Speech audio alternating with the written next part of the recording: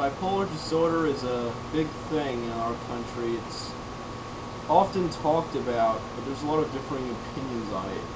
And my view on the subject, from personal experience, not all firsthand, I never had any mania or anything like that, though I did have a lot of troubles when I was younger.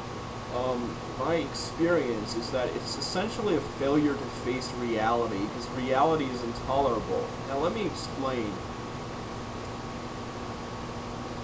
I don't think that's a good way to put this.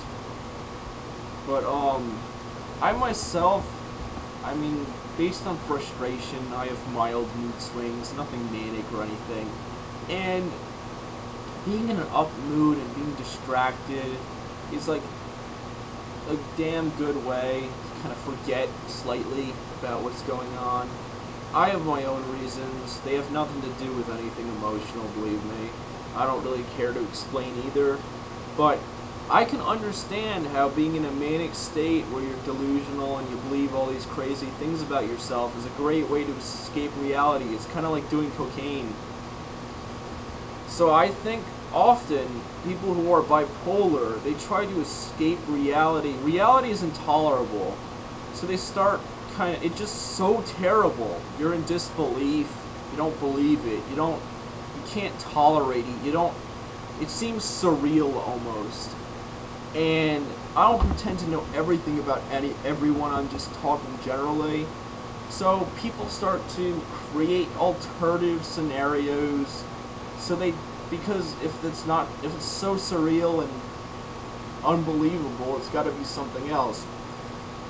And maybe they find something and cling to it, or they create their own little thing. I don't know. Whatever. I'm just kind of speaking in general, vague terms here. I understand. But they detach themselves from reality, and they go into this manic state because they're so desperate to distance themselves from what's going on. And then why do they crash?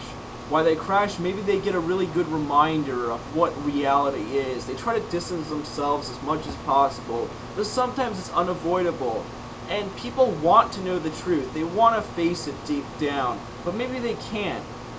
It's kind of an internal battle I'm talking about. So they get a sign of this reality, and it comes crashing down, and they might not even realize it, because it may be something pointless.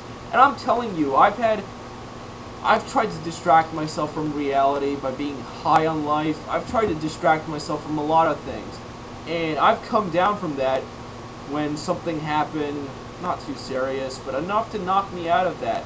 So I definitely know what that system is like, and if I wasn't aware of what I was doing to distract myself, and that was a distraction in the first place, I probably would have come down a lot harder.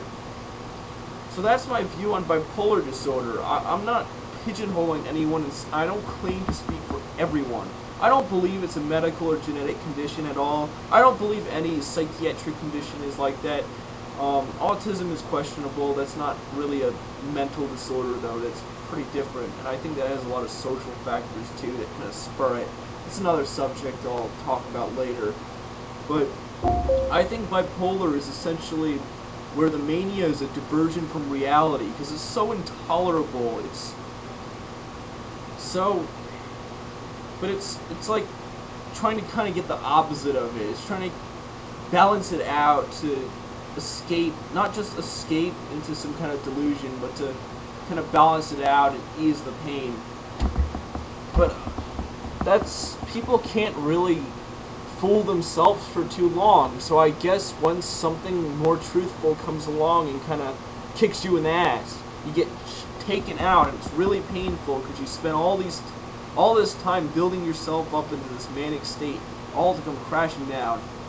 Alright, that's my view on the subject, and next I'll probably do something on autism and my views on it. I have personally known a few kids like that, but I don't have any personal experience with it, so it's just my philosophical viewpoint and based on the research I've seen, the genetic research, the mercury research, all that stuff.